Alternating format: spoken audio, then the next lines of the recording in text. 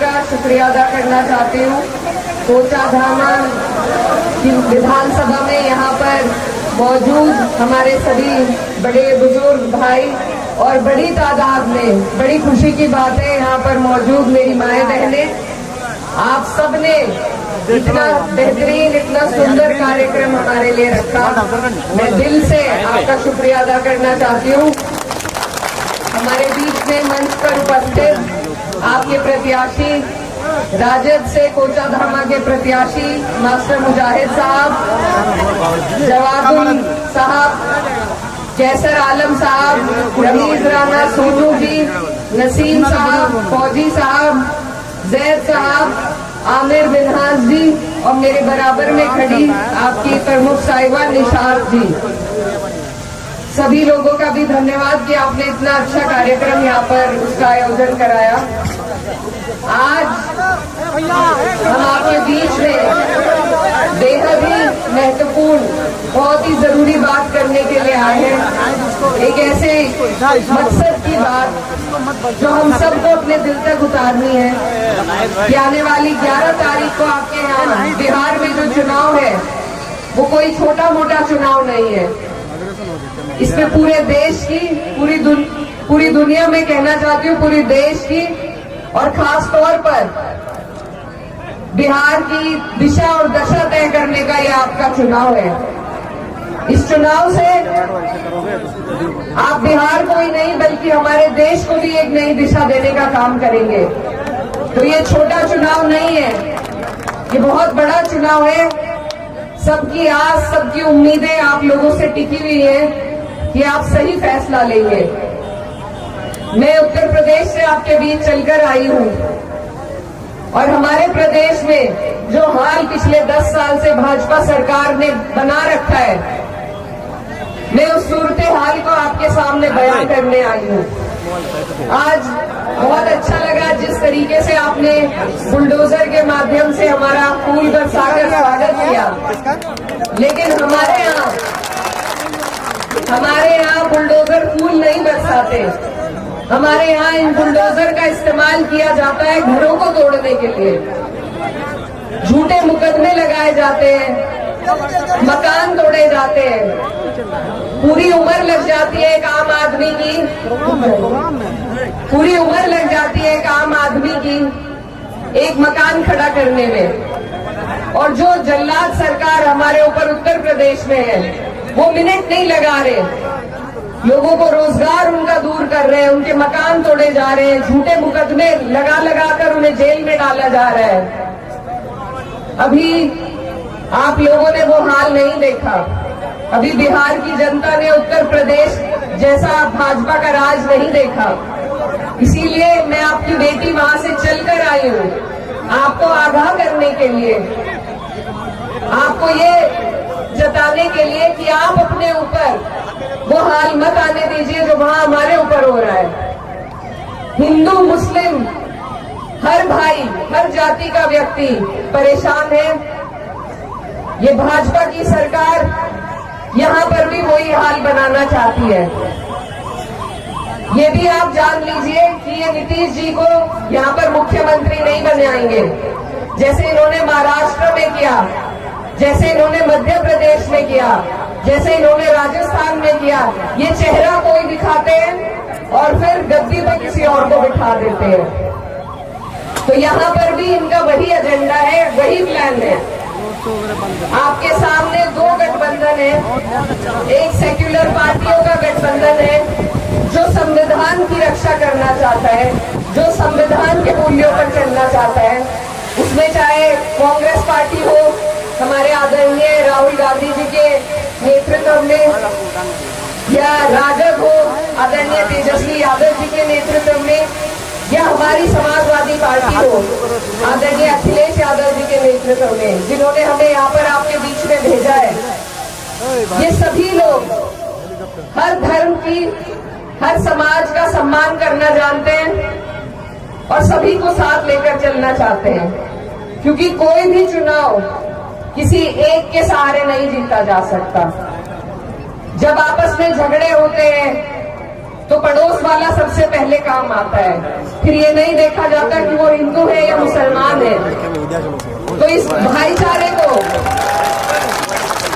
इस प्यार मोहब्बत और भाईचारे को, ये जो गंगा जमुनी तहजीब है, जो हमारे देश की मिसाल है, भाजपा के लोग इसे तोड़ना चाहते हैं। और बड़ी अफसोस की बात है कि उनके इस एजेंडे में कुछ लोग ऐसे भी हैं जो आपको हमें बहकाने के लिए बीच में आते हैं। मेरी आपसे यही गुजारिश है कि आप किसी के बहकाए में मत आइए। लड़ाई सिर्फ दो गठबंधन की है। भाजपा भी गठबंधन से जीतेगी अगर जीती, और हमारा गठबंधन जो महागठबंधन है उसमें भी दोनों तीनों पार्टी हैं। जो कोई भी अकेला लड़ रहा है वो आपके हिमायत में नहीं लड़ रहा, वो सिर्फ अपने फायदे के लिए लड़ रहा है। वो आपके बीच में आए, आप उन्हें सम्मान दीजिए, आदर दीजिए, उन्हें बिठाइए, लेकिन वोट मत दीजिए। उनसे सवाल कीजिए, उनसे सवाल कीजिए कि क्या वो सरकार बनाने की हैसियत में है। सरकार को छोड़िए, विपक्ष में बैठने के लिए भी 10% सीटों की, 10% वोटों की जरूरत होती है। वो वहां तक भी नहीं पहुंच रहे हैं, तो वो आपकी हमारी लड़ाई कैसे लड़ेंगे। हम उत्तर प्रदेश में विपक्ष में हैं, और मैं आपको बताती हूं कि विपक्ष का जनप्रतिनिधि होते हुए भी आप वो काम अपने लोगों के लिए नहीं कर सकते जो आप सरकार के सहारे से कर सकते हैं। और ये सरकार सभी के तालमेल से, सभी के प्यार से बनेगी, किसी एक की तरफ से नहीं बनेगी।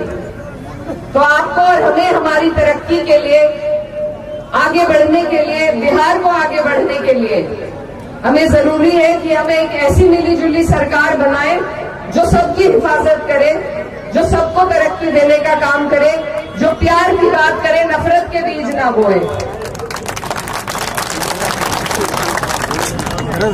ये चुनाव बेहद महत्वपूर्ण है, क्योंकि यहाँ से मैं आपसे सिर्फ वोट की गुहार नहीं लगा रही, बल्कि अपने लिए आपसे उम्मीद मांगने के लिए आई हूँ। क्योंकि अगर आप हिम्मत करके भाजपा को यहाँ से भगाने का काम करेंगे, तो वो हिम्मत और वो उम्मीद हम उत्तर प्रदेश में लेकर जाएंगे। अगले साल हमारे यहाँ चुनाव है, हम वहां से भी भाजपा को हटाने का काम करेंगे। लेकिन जैसे हर आंदोलन को जीवनी देने का काम बिहार के लोगों ने किया है, अब इस संविधान की सुरक्षा की जिम्मेदारी आपके ऊपर है। ये भाजपा वाले संविधान को नहीं चाहते, ये संविधान के तहत चलना नहीं चाहते। इन्हें जितनी ताकत मिलेगी ये आपके और हमारे खिलाफ कानून बनाने का काम करेंगे। तो आप इन्हें देना चाहते हैं वो ताकत? कैसे रोकेंगे? और कोई जरिया नहीं है। हमारे पास लाठी डंडे की लड़ाई नहीं हम कर सकते। हम सिर्फ वोट से अपना अधिकार ले सकते हैं। हम वोट से इन्हें मजबूर कर सकते हैं कि ये संविधान पे चले। और मैं आपको बताना चाहती हूँ कि अगर आपने भाजपा की सरकार यहाँ गिराई तो सेंटर में भी इनकी जड़ें आप हिलाने का काम करेंगे। तो इसीलिए मेरे बिहार के प्यारे भाइयों बहनों, आपके ऊपर बहुत बड़ी जिम्मेदारी है। पूरा देश आपकी तरफ देख रहा है, एक आस से, एक उम्मीद से कि आप लोग हम सबके लिए, हम सबकी हिमायत में वो फैसला लेंगे जो बेहतर का होगा। आज आपको ये SIR के नाम पे आपके वोट काट रहे हैं, आपको घुसपैठी बताया जा रहा है। अगर यही दौर चलता रहा तो हम किसे किसे सबूत देंगे कि हम इसी देश के रहवान हैं, कि हमारे बड़े बुजुर्गों का खून इसी देश की मिट्टी में शामिल है। तो इस मामले को हमें यही रोकना होगा, इनको और इनकी जड़ें मजबूत नहीं करनी। जो और हमारे भाई लड़ रहे हैं उनसे भी हाथ जोड़कर माफी मांगे, क्योंकि आज जिस हाशिए पर हमारा देश है, हमें जरूरत है कि हम एक तरफ होकर सेक्युलरिज्म के लिए, संविधान के लिए वोट करें। आज अगर हम लोग, कोई भी नेता हो, सब सारी सीटों पे चुनाव लड़ना चाहते हैं, लेकिन सब बड़े नेताओं ने अपनी अना को बराबर में करके एक दूसरे से हाथ मिलाया है, ये गठबंधन बनाया है। ये आपके लिए बना है ताकि हम सब मिलकर इन फिरका परस्ती ताकतों को रोक सके। अगर आज हमने गठबंधन को मजबूती नहीं दी, गठबंधन को ये सीटें नहीं जिताई, बिहार नहीं जिताया, तो कल को जब भाजपा से आप और हम प्रताड़ित होंगे, हमारे पास कोई रास्ता नहीं बचेगा कहीं जाने का। तो ये बहुत गंभीर विषय है, बहुत जरूरी चुनाव है। आप लोग अपने भविष्य के लिए, अपनी बेहतराई के लिए, अपने आने वाले कल के लिए बेहतर चुने।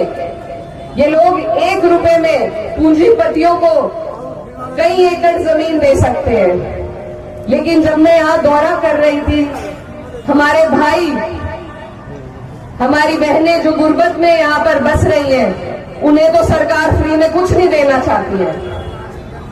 हमारे भाइयों को यहां से बाहर रोजगार की तलाश में जाना पड़ता है। क्या वो सही है? वहां उन्हें हर तरह की प्रताड़ना झेलनी पड़ती है। जो मेरे भाई बिहार से उत्तर प्रदेश में काम करते हैं, उनसे पूछिए वहां पर क्या हाल है। वो हाल अपने यहां मत बनने दीजिए। आप लोग हमारे सिर पे सलाह रहे हैं, आप हमें आगे का रास्ता दिखाइए। मैं यही गुहार लगाने बड़ी दूर से आपके बीच आई हूं, और मुझे उम्मीद है कि यहाँ पर आप लोग इस बात को मानेंगे, क्योंकि हमारे यहाँ पर बहन बेटी की बातें कोई नहीं जानता। बताइए, मानेंगे या नहीं? मास्टर जी को जिताएंगे या नहीं?